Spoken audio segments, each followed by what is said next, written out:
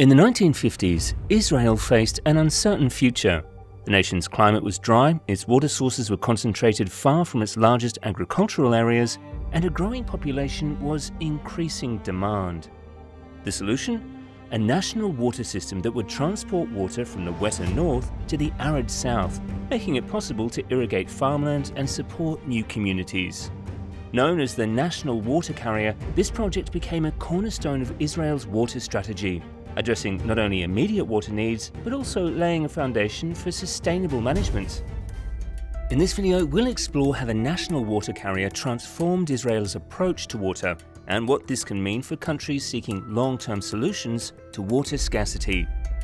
Israel is located in one of the driest regions on Earth, the Middle East, with 60% of its territory covered by desert, including the vast Negev Desert, which spans over 5,600 square miles, about 14,500 square kilometers.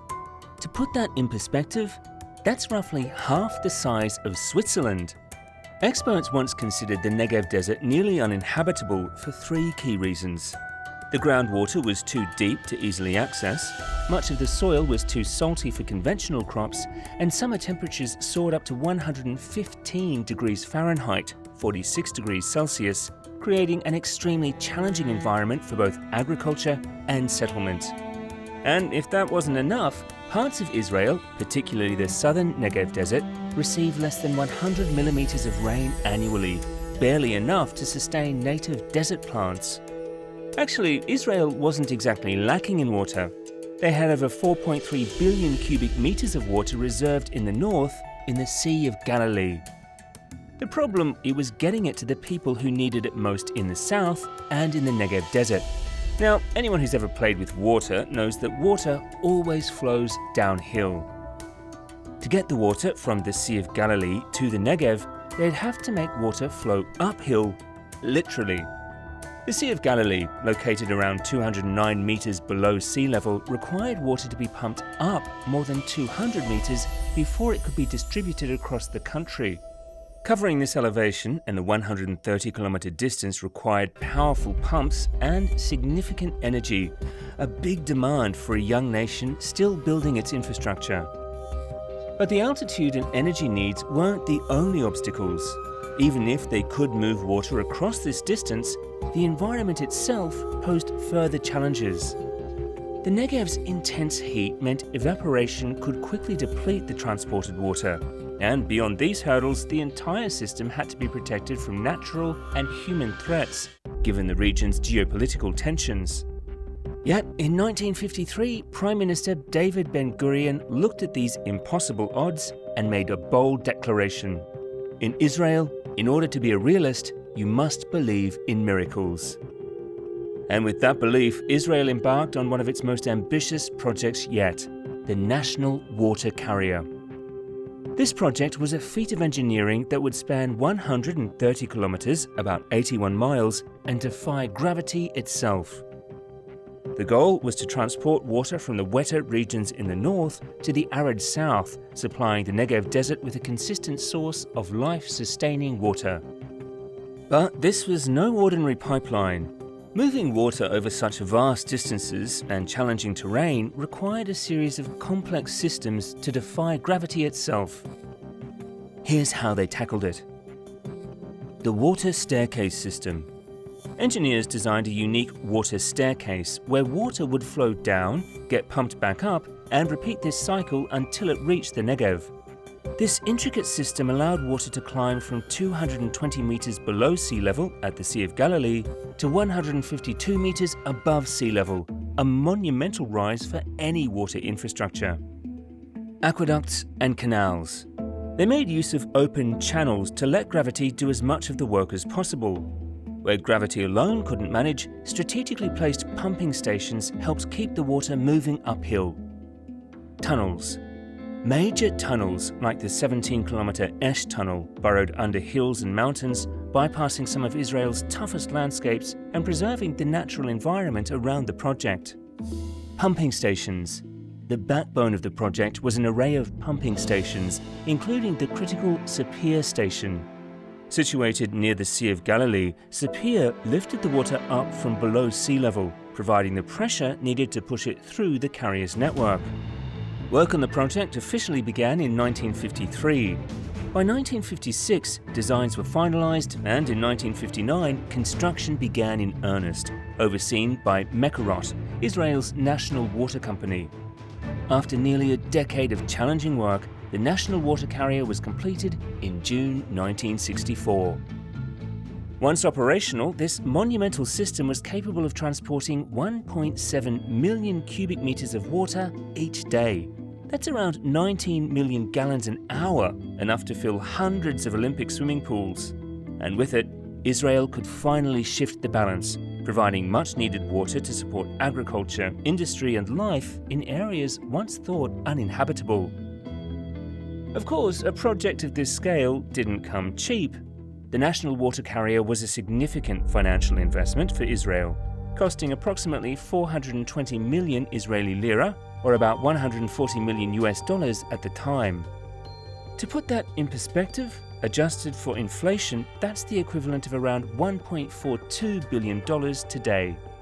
For a young nation still building its economy, this was a monumental commitment. But for Israel, the payoff, bringing life and sustainability to its driest regions, was invaluable. So once water started flowing, the transformation was like night and day. The areas of the Negev Desert which hadn't seen irrigation since ancient Roman times were suddenly producing premium avocado exports, high-quality pomegranates, citrus fruits, year-round vegetables. Israel's agriculture boomed. Within a few years, they went from barely feeding their own population to exporting over $2.4 billion in agricultural products, as reported in 2021. And the impact didn't stop there. Entire cities sprouted in the desert. Be'er Sheva grew from 10,000 people to over 200,000. Dimona became a nuclear research and textile center. Eilat transformed into a global tourist destination. Mitzpe Ramon turned into a research hub for desert farming. The projects brought in water, yes, but it also brought opportunity, stability, and life. Now let's compare Israel's project with other major water projects around the world. Around the same time, California and China were working on their own large-scale water solutions. California's State Water Project. At over 700 miles, California's project was one of the largest in the world. While it was critical for California's agriculture and cities, it faced challenges like environmental issues and high evaporation losses. And the same was the case with China's South-North Transfer Project. This massive undertaking aims to move water from the Yangtze River in southern China to the dry north. It spanned over 2,400 kilometers and was one of the most ambitious water projects ever. But like California's, it also struggled with environmental impact and significant water loss. In contrast, Israel designed their project with covered canals, which significantly reduced water loss to just 3 liters per 100. That's a tiny fraction compared to the 40 liters per 100 lost in open canals in places like California and China. So not only did Israel tackle their water issues, but they did it more efficiently than most. And here's where Israel took it a step further. Moving water around was just the beginning. Israel became a global leader in water technology and made some remarkable strides. In the 1970s, Israel invented drip irrigation, a system that delivers water directly to a plant's roots, saving enormous amounts of water. In the 1980s, they launched a large-scale water recycling initiative. By the 2000s, Israel had become a world leader in desalination technology, converting seawater into drinkable water. Today, over 70% of Israel's domestic water supply comes from desalination. And these advancements didn't stay within Israel's borders. Countries around the world have adopted Israeli water solutions. Jordan receives 50 million cubic meters of water annually from Israel. Cyprus adopted Israeli desalination technology. California uses Israeli drip irrigation on its farms. India implements Israeli water management in drought-prone areas. The most mind-blowing fact is that in a single generation, they transformed from a country on the brink of water disaster to one that's water self-sufficient and is now teaching others. If you're fascinated by engineering feats that conquer extreme conditions, you'll want to check out our video on the Gulf Railway, the railway that's redefining the desert. Discover how this ambitious project is overcoming the blistering heat and vast distances of the Gulf region to connect countries like never before. The national water carrier turned what once seemed an insurmountable challenge into a sustainable solution for one of the driest regions on Earth. By connecting the Sea of Galilee to the Negev, Israel created a reliable water supply that has supported agriculture, industry, and daily life across the country.